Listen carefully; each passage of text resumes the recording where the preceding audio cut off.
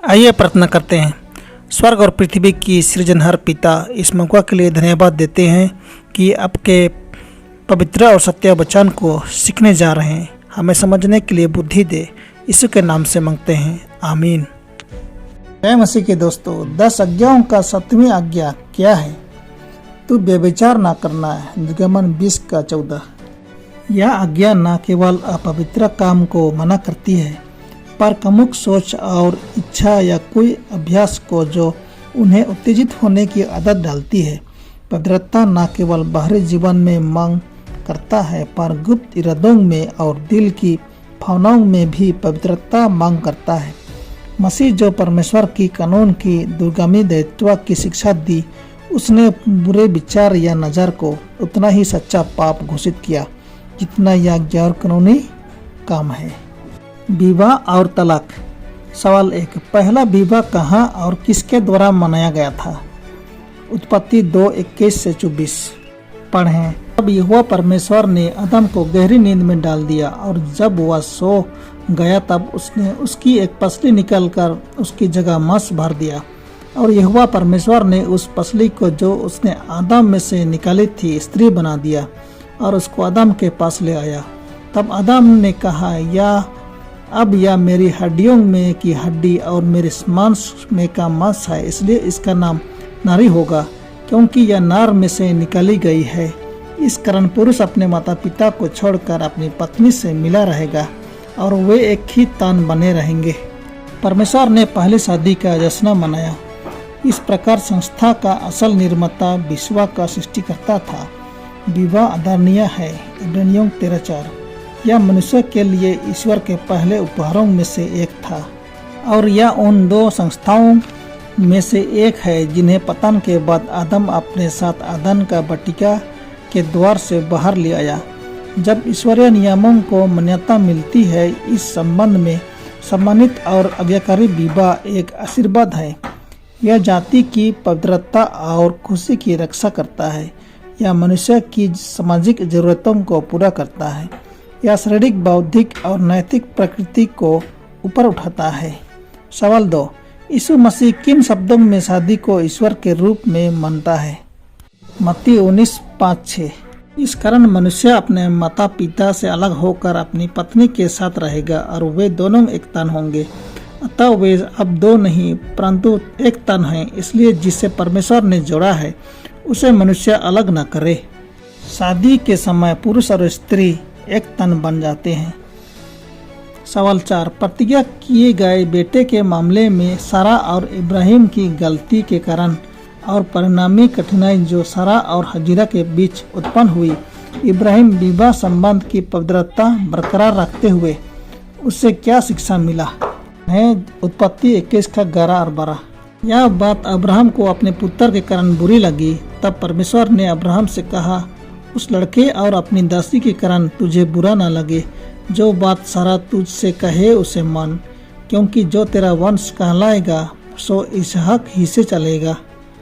विवाह संबंध की पवित्रता को चुनने वाला इब्राहिम को दिया गया निर्देश सभी युगों के लिए एक सबक था। यह घोषणा करता है कि इस रिश्ते का अधिकारों और खुशी की सावधानी पूर्वक रक्षा की जानी चाहिए, यहाँ तक कि एक बड़े बलिदान पर भी। सवाल 5, विवाह समझौता करने वाले पक्षों को कितने समय तक के लिए बंद रखता है? पढ़ें रोमियो 7:2।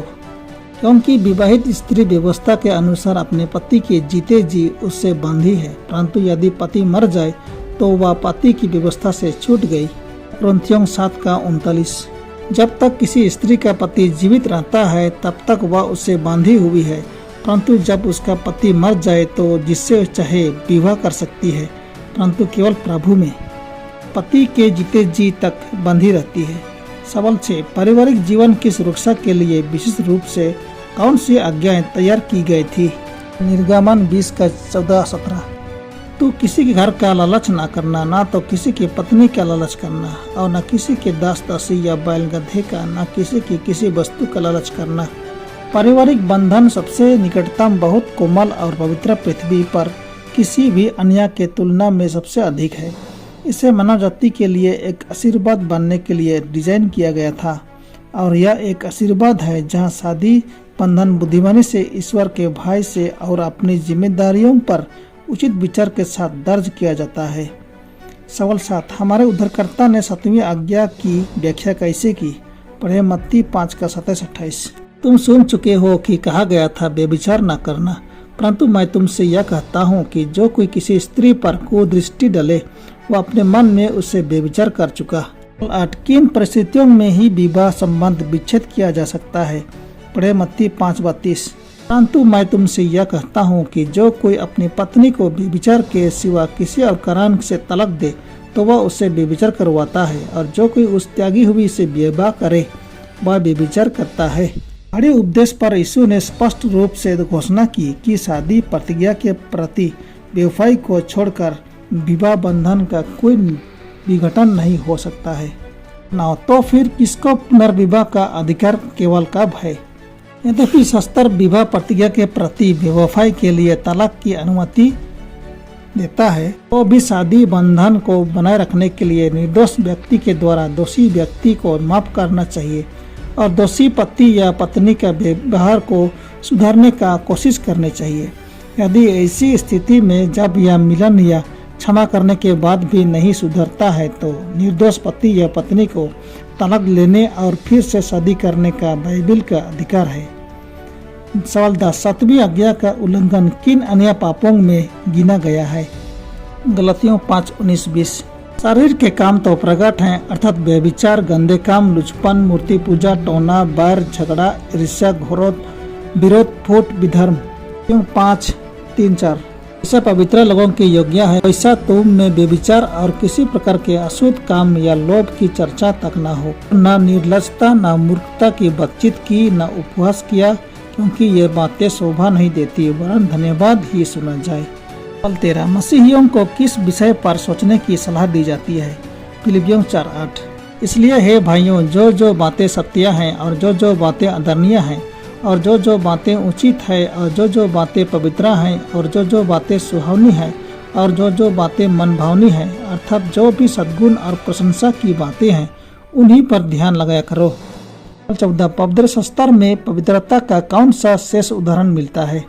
उत्पत्ति 39:7-23 में हम यहाँ पाते हैं, हम यूसुफ का कहानी पाते हैं जिसमें पोतीफर की स्त्री ने यूसुफ को गंदे काम करने के लिए उकसाती है, पर यूसुफ परमेश्वर को डरता था और उसे प्रेम रखता था। इसलिए वह पोतीफर की पत्नी को कहता है, मैं ऐसी बड़ी दुष्टता करके परमेश्वर का अपराधी क्यों बनूं? और वह उसके साथ सोने से मना कर देता है और वह इस तरह पवित्र बना रहता है। सवाल 15, शुद्ध हृदय वालों के लिए क्या विशेषाधिकार है? 5:8। धन्य हैं वे जिनके मन शुद्ध हैं, क्योंकि वे परमेश्वर को देखेंगे। शुद्ध हृदय वालों के लिए विशेषाधिकार है कि वे परमेश्वर को देखेंगे। ये इस पर ध्यान दें। नंबर 1, जो कोई वहाँ अर्थात परमेश्वर का नगर में निवासी होगा, उससे यहाँ पृथ्वी पर हृदय में शुद्ध होना होगा। जो कोई यीशु के बारे सीख रहा है, उसमें लापरवाह व्यवहार, अनुचित भाषा और गंदे विचारों के प्रति अरुचि दिखाई देगी। जब मसीह हृदय में निवास करेगा तो विचार और चल चलन में पवित्रता और परिष्कार होगा। नंबर 2, हृदय के शुद्ध लोग उस समय ईश्वर की दृष्टि उपस्थिति में रहते हैं जब वह उन्हें इस दुनिया में बांटता है, और वे भविष्य में अमर अवस्था में भी उससे आमने सामने देखेंगे, जैसे आदम ने तब देखा था जब वह अदन में ईश्वर के साथ चलता था और बात करता था। नंबर 3, जब बुरा सोच विचार को प्यार किया जाता है और पोषित किया जाता है रूप से, तो यह दर्शाता है कि पाप अभी भी दिल में राज करता है। नंबर 4, जो जैसा अपने दिल में सोचता है वह वैसा ही है। नंबर 5, अपना हृदय पूरी यत्न से संभल कर रखें, क्योंकि जीवन की मूल स्रोत वही है। नीति वचन 4:23। प्रभु आप सबको बहुत बहुत आशीष दे। आमीन।